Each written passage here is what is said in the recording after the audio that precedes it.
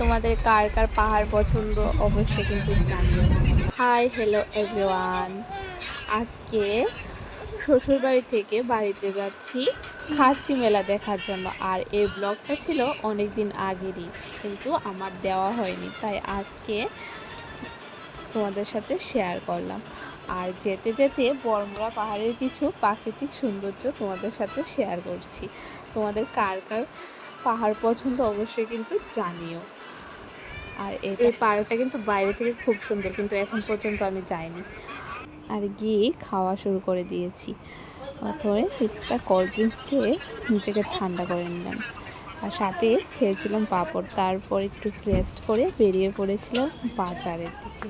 আর বাজার থেকে আসার সময় এই গুড় দিয়ে পাক দেওয়া এগুলো কিন্তু যখন পড়তাম প্রচুর খেয়েছি। তার সাথে খেয়েছিলাম মোমো।